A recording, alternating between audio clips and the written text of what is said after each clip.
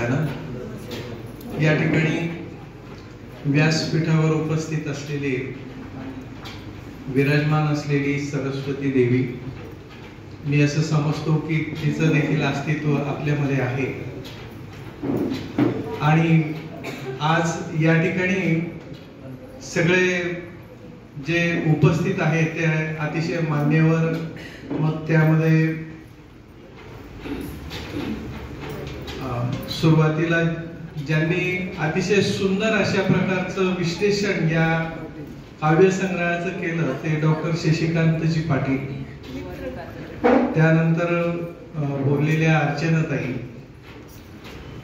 कोरे सरांनी थोडक्यात मनोगत व्यक्त केलं, मला ते काही ऐकायला मिळालं नाही फारसं. नंतर इथं उपस्थित असलेले गझलकार डॉक्टर राजन सर, अभय शास्त्री जे ते प्रकाशक आहेत, गोंदीकर सर ज्यांनी ते सुंदर सुरुवातीचं स्वागत गीत लिहिलं, बसवलं आणि या ठिकाणी म्हटलं गेलं ते, आणि इतर सगळे मान्यवर या ठिकाणी उपस्थित आहेत. काव्यसंग्रहाला उपस्थित राहणं, एवढा वेळ त्या ठिकाणी बसणं खरोखर खूप मोठी गोष्ट आहे. त्याबद्दल तुमच्या सगळ्यांचं अभिनंदन.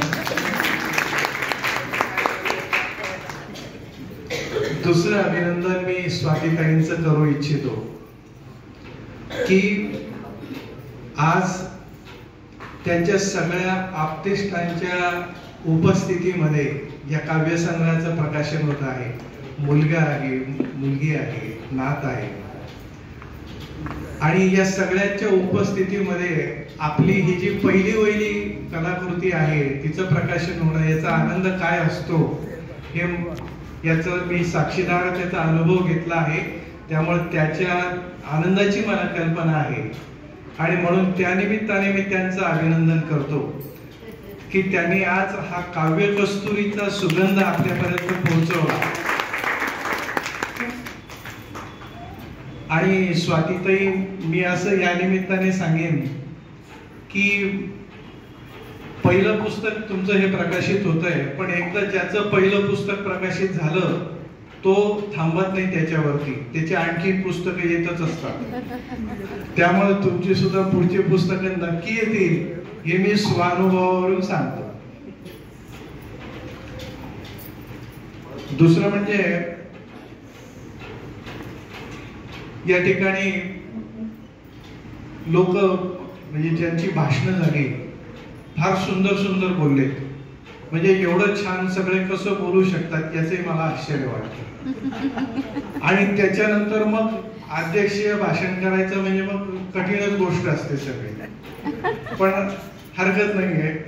तुम्ही सगळे आता मला म्हणजे हे सहन केलंय, मला पण थोडा वेळ सहन कराल याची खात्री आहे. आता हा प्रकाशन समारंभ ज्या जालना शहरामध्ये होतोय, हे जालना शहर जर तसं पाहिलं तर महाराष्ट्राच्या मध्यभागी आहे, म्हणजे हार्ट ऑफ महाराष्ट्र असं त्याला म्हणता येईल. या जालना शहराला आणि जिल्ह्याला ऐतिहासिक आणि आध्यात्मिक मोठा वारसा आहे.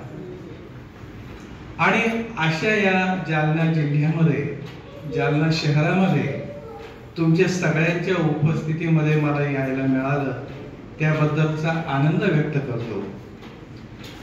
त्यानंतर आणखीन एक गोष्ट आवर्जून सांगतो की मी कोणी मोठा वक्ता किंवा लेखक नाही, पण तरी देखील स्वातीताईंनी मला या कार्यक्रमासाठी बोलावलं, अध्यक्ष म्हणून बोलावलं, तर त्याबद्दल मी सुरुवातीलाच त्यांचे आभार व्यक्त करतो. आज स्वातीताई तुमच्या माझ्या पुढे ज्या उभ्या आहेत त्या स्वातीताई रत्नपारखी म्हणून नाही, त्या उभ्या आहेत त्या कवयित्री म्हणून. आणि एखादी व्यक्ती ज्या वेळेला आपल्या समोर उभी असते कवयित्री म्हणून, साहित्यिक म्हणून, त्यावेळेला ती व्यक्ती कशी घडली हे जाणून घेणं महत्वाचं ठरतं. आणि म्हणून ज्या वेळेला मी स्वातीताईंचं हे पुस्तक पाहिलं किंवा त्यांच्याशी बोललो त्यावेळेला मला असं लक्षात आलं की या सगळ्यांचं मूळ त्यांच्या बालपणामध्ये आहे. त्यांचं जे बालपण गेलं ते शेत शिवाराच्या सान्निध्यात गेलं, नदी नाले ओढे त्याच्या सान्निध्यामध्ये गेलं. त्यांची जी नाळ होती ती गावातल्या मातीशी जोडलेली होती आणि त्यामुळे त्यांची ही कविता जन्माला आली. आणि आश्चर्याची गोष्ट अशी किंवा कौतुकाची गोष्ट अशी की त्या लग्नानंतर शहरी भागामध्ये आल्या, पण ग्रामीण भागाशी असलेली नाळ ती त्यांनी तुटू दिली नाही. हे सगळ्यात त्यांचं मोठेपण आहे, वैशिष्ट्य आहे. आणि म्हणूनच त्यांची जी कविता आहे ती जिवंत आहे, तिला मातीचा गंध आहे, अशी ही सुंदर कविता आहे. आपल्या कवितेची निर्मिती कशी झाली ते त्यांनी त्यांच्या पुस्तकामध्ये जे मनोगत लिहिलेलं आहे त्यामध्ये सांगितलं आहे. ते असं म्हणतात की फिरंगी चिंचेच्या झाडावर बसणाऱ्या एका पक्ष्याच्या पिलाचा आर्तस्वर माझ्या कानी आला आणि तो आर्तस्वर त्यांच्या हृदयाचा ठाव घेऊन गेला आणि त्यातून त्यांचं वय कमी असेल, लहान असतील त्या, पण त्याच्यातली आर्तता त्यांच्या हृदयाला भिडली आणि त्यांची पहिली कविता जन्माला आली. किती सुंदर ओळी लिहिल्या त्यांनी. त्या म्हणतात, काय झाले हो बरे एकट्यास करमेना, चिंचेवरील पक्षाचा आर्त रव का थांबेना. ही कविता जन्माला आली. मला या ठिकाणी महर्षी वाल्मिकींच्या जीवनातला एक प्रसंग आठवतो. महर्षी वाल्मिकी एकदा स्नानाला चालले होते आणि ते स्नानाला जात असताना त्यांनी एका वृक्षावरती क्रौंच पक्ष्याचं एक जोडपं प्रणय राधना करत असताना पाहिलं. आणि त्याच सुमाराला एका शिकाऱ्यानं त्यातल्या एका पक्ष्याला बाण मारला. तो पक्षी तळमळून खाली पडला, गतप्राण झाला. आणि ते पाहून त्या झाडावर जो दुसरा पक्षी त्याचा जोडीदार बसलेला होता त्याला प्रचंड दुःख झालं. आणि हे सगळं पाहून वाल्मिकींचं हृदय द्रवलं आणि त्यांच्या तोंडून श्लोक बाहेर पडला, मा निशाद प्रतिष्ठाम त्वं सर्व. तर अशा प्रकारचा तो श्लोक आहे संस्कृत मधला. आणि ते वाल्मिकींना आश्चर्य वाटलं की अरे, ही अनुष्टुप छंदातली रचना, हा संस्कृत मधला श्लोक माझ्या तोंडून कसा बाहेर पडला. आणि मग आपल्या सगळ्यांना माहिती आहे की त्याच्यानंतर महर्षी नारदांच्या आशीर्वादानं, ब्रह्मदेवाच्या आशीर्वादानं, कृपेनं त्यांच्या हातून रामायणाची निर्मिती झाली. म्हणजे रामायण लिहिण्यासाठी कोणती घटना कारणीभूत झाली तर त्यांना तो जो पक्षी दिसला, त्या पक्ष्याचं शिकार शिकाऱ्याने केली होती, तो विवळत खाली पडला. त्याच पद्धतीने हा स्वातीताईंच्या जीवनातला पहिला प्रसंग आहे की जो त्यांची कविता निर्माण करण्यासाठी कारणीभूत झाला असं मला वाटतं. आणि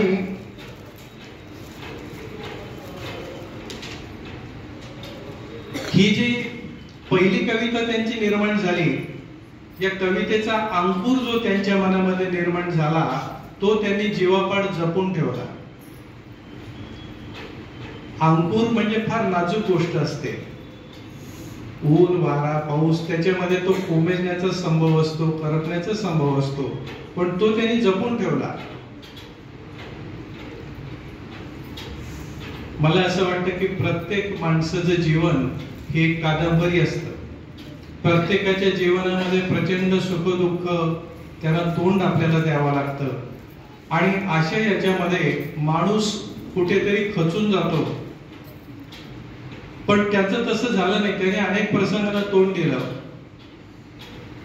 मग त्यांच्याशी बोलताना मला त्यांच्या जीवनामध्ये आलेले अनेक प्रसंग किंवा त्यांची जी रूप ती आठवली जी त्यांनी माझ्याशी बोलताना सांगितली. मग मला आठवतं की लहानपणापासून फिट्स सारख्या दुर्धर आजारांची सामना करणाऱ्या स्वातीताई अगदी लहानपणीच आपल्या तरुण भावाचा मृत्यू ज्यांना बघावा लागला, सहन करावा लागला, अशा या स्वातीताई. घरातली आर्थिक परिस्थिती बरोबर नसेल त्यामुळे बाहेरून परीक्षा देऊन ज्यांना शिक्षण घ्यावं लागलं, पदवी प्राप्त करावी लागली, केली त्यांनी ती, अशा या स्वातीताई. लग्नानंतर अनेक प्रिय अप्रिय घटनांना सामोरे गेलेल्या स्वातीताई, आपल्या पतीच्या आजाराला सामोरे गेलेल्या स्वातीताई, त्याचा सामना करणाऱ्या स्वातीताई, या सगळ्या याच्यातून त्यांची कविता जिवंत राहिली, किंबहुना तो त्यांच्या जगण्याचा विरंगुळ झाला, असं मला या निमित्ताने सांगावंसं वाटतं. त्यांनी तो काव्याचा जो अंकुर त्यांच्या मनामध्ये फुटलेला होता तो कोमेजू दिला नाही. या अंकुराचं पुढे वृक्ष झाला, या वृक्षाला फुलं आली, तो बहरला. त्या फुलांची ओंजळ त्यांनी आपल्या हातामध्ये घेतली आणि तीच ओंजळ या काव्य कस्तुरीच्या रूपानं आज तुम्हाला वाटताय त्या तो सुगंध आज आपल्यापर्यंत पोहोचतो आहे. हे स्वाती नक्षत्राचे मोती आहेत, अतिशय सुंदर. कविता ही त्यांची सखी बनली, जीवनात आनंद देणारी, संकटामध्ये बळ देणारी. दुःख किंवा भावना अनावर झाल्या की त्या कागदावरती उमटत गेल्या. सध्या रवींद्रनाथ टागोर यांच्या साहित्याचा, त्यांच्या जीवनाचा मी अभ्यास करतो आहे, त्यांच्या जीवनावर थोडंफार लिहिण्याचा प्रयत्न करतोय. गुरुदेव टागोर म्हणजे फार मोठं व्यक्तिमत्व, साहित्य क्षेत्रातलं असेल, शिक्षण क्षेत्रातलं असेल, आपल्याला त्यांच्याबद्दल फारशी माहिती नसते.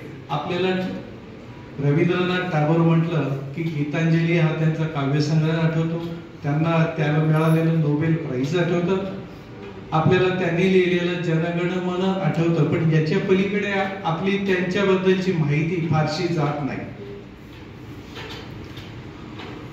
तर अशा गुरुदेव रवींद्रनाथ टागोरांनी साहित्याच्या अनेक प्रांतांमध्ये सहज मुसाफिरी केली, सगळे साहित्याचे प्रकार हाताळले. पण रवींद्रनाथ यांना मी कवींद्रनाथ म्हणतो, कारण बेसिकली ते कवी होते. आणि म्हणून आपलं जे काही म्हणणं असेल ते व्यक्त करण्यासाठी त्यांना सगळ्यात प्रभावी माध्यम कोणतं वाटलं तर ते कवितेचं आहे. त्याचा त्याने असं, म्हणून प्रामुख्याने आपण त्यांना ओळखतो ते कवी म्हणून. म्हणून स्वातीताईंना सुद्धा एक कवितेचं माध्यम अतिशय प्रभावी वाटलं आणि ते त्यांनी हाती घेतलं.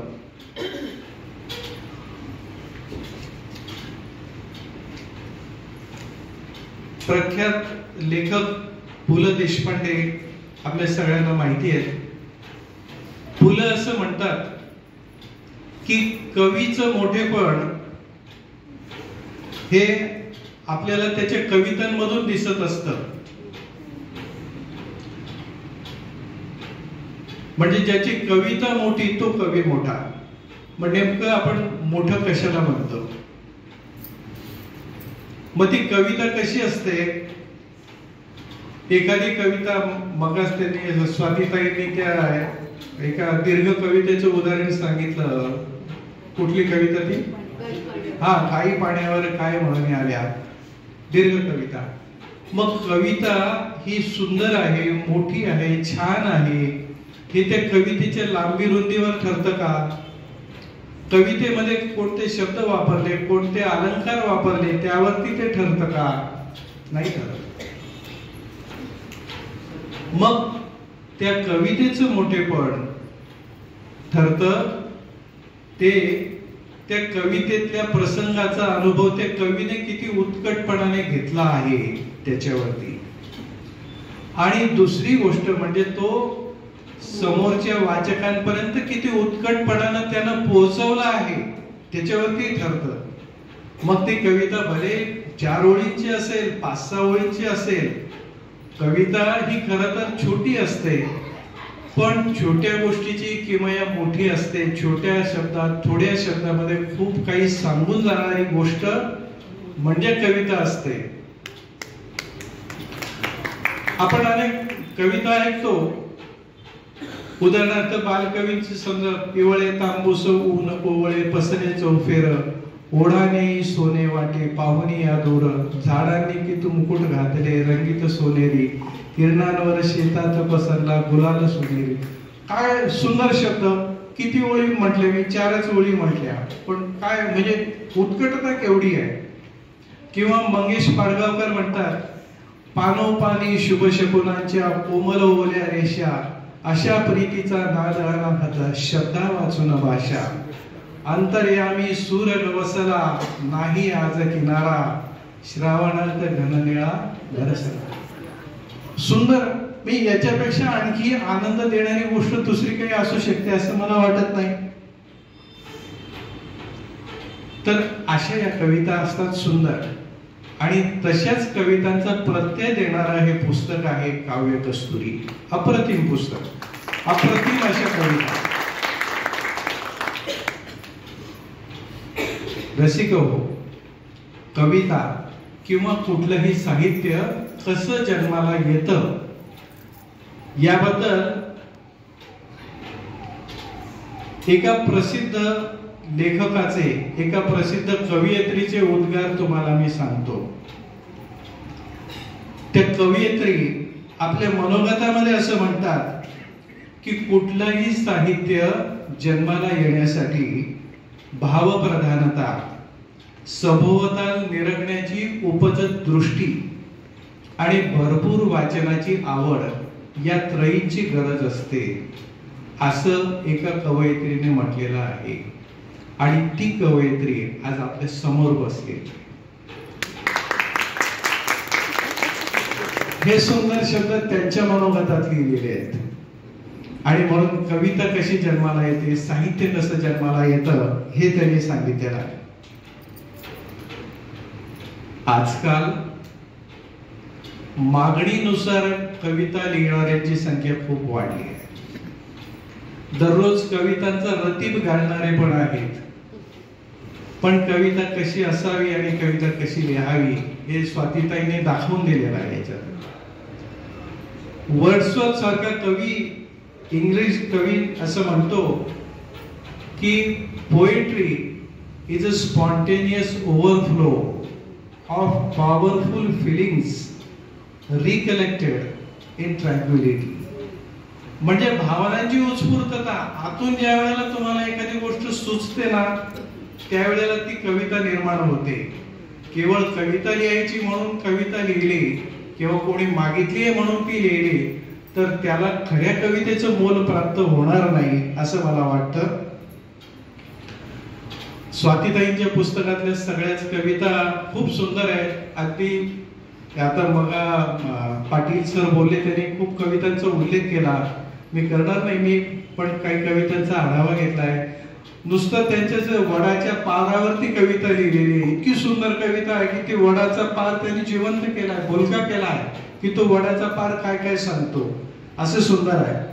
आणखी एक उदाहरण म्हणून त्यांच्या या काव्यसंग्रहातली संगत नावाची कविता आहे, मला खूप आवडली.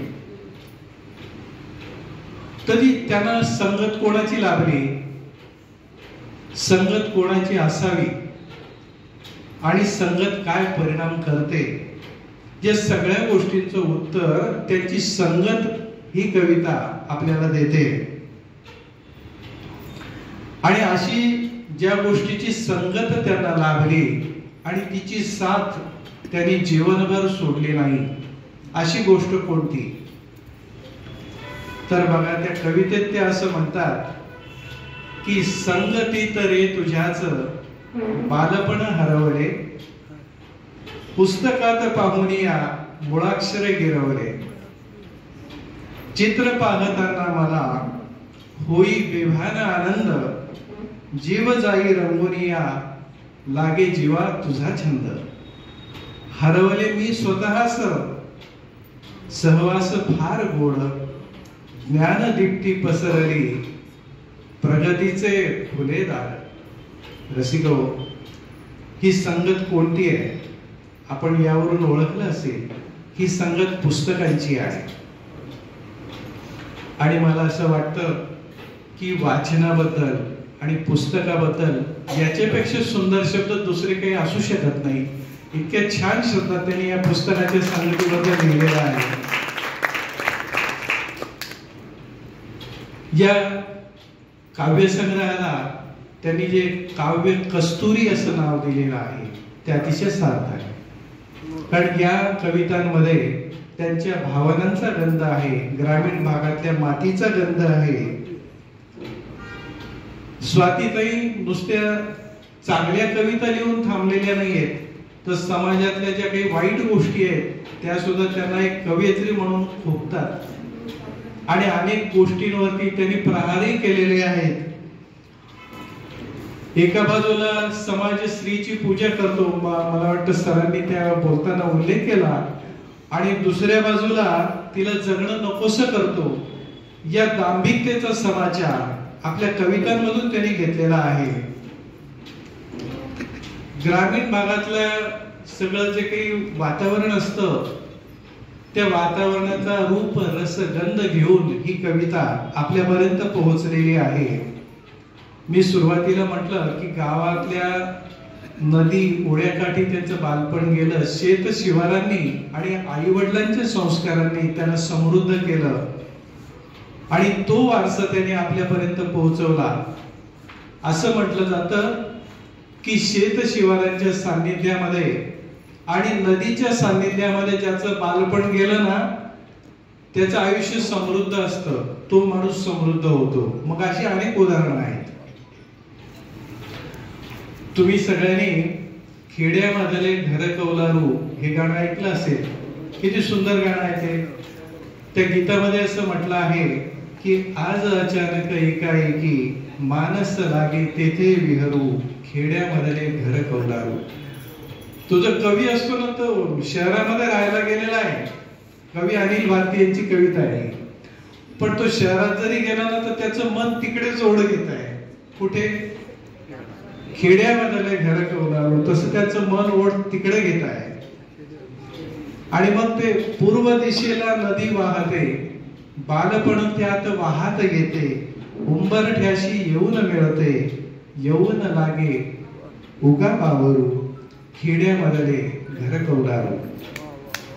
माहेराची प्रेमळ माती, त्या मातीतून पिकते प्रीती, कणसावरची माणिक मोती, तिथे विरविरे स्मृती पाखरू खेड्यामधले घर कौलारू. आयुष्याच्या पाऊलं वाटा किती तुडवल्या येता जाता, परी आईची आठवण येता, मनी वादळे होती सुरू खेड्यामधले घर कौलारू. त्या कवीला जशी आठवण येते आपल्या खेड्यातली, आपल्या घराची, आपल्या मातीची, तशी त्यांची जी नाळ त्याच्याशी जोडली गेलेली ती आजही तुटलेली नाही. आणि म्हणून त्यांच्या कवितांमध्ये हा रंग गंध ते सगळं आलेलं आहे. तर मला ह्या निमित्ताने असं सांगावंसं वाटतं की आज बरेचसे या ठिकाणी ज्येष्ठ पण आहेत, तरुण पण आहेत, पण माझ्या बरोबरचे आणि माझ्यापेक्षा ज्येष्ठ असणारे आम्ही सगळे या दृष्टीने भाग्यवान आहोत की आम्ही हा वारसा अनुभवलेला आहे. आम्ही शेत शिवारांचं सान्निध्य अनुभवलं, नदी नाले ओढ्यांच्या सान्निध्यात आम्ही राहिलो. आणि म्हणून कुठंतरी त्या निसर्गातली जी काही समृद्धता आहे, संपन्नता आहे, ती आमच्याही जीवनामध्ये आली, आम्हाला बळ देऊन गेली जगण्याचं. मला काळजी आमची नाही, मला काळजी वाटते ती पुढच्या पिढीची, की या सगळ्या गोष्टींना पुढची पिढी ही पारखी झालेली आहे. त्यांना हा अनुभव कसा मिळायचा. आणि म्हणून याची सुद्धा एक खंत आहे. आणि ही खंत स्वातीताईंच्या कवितांमधून कुठेतरी प्रत्यक्षपणे किंवा अप्रत्यक्षपणे व्यक्त झालेली आपल्याला दिसते. तर अशा प्रकारचं सुंदर कवितांची ओंजळ घेऊन ते आपल्यापर्यंत आले आहेत. त्या कस्तुरीचा सुगंध आपल्यापर्यंत त्यांनी पोहोचवलेला आहे. आता पुढची जबाबदारी आपली आहे की ते पुस्तक आपण सगळ्यांनी जरूर घ्यावं, त्यातल्या कवितांचा आनंद घ्यावा आणि जो सुगंध तुमच्यापर्यंत पोहोचलेला आहे तो इतरांपर्यंत सुद्धा पोहोचवावा. या काव्य कस्तुरीच्या म्हणजे पुस्तकाचं प्रकाशन झालं आहे असं या निमित्ताने मी जाहीर करतो आणि पुढच्या सगळ्या वाटचालीसाठी स्वातीताईंना खूप खूप शुभेच्छा देतो. धन्यवाद.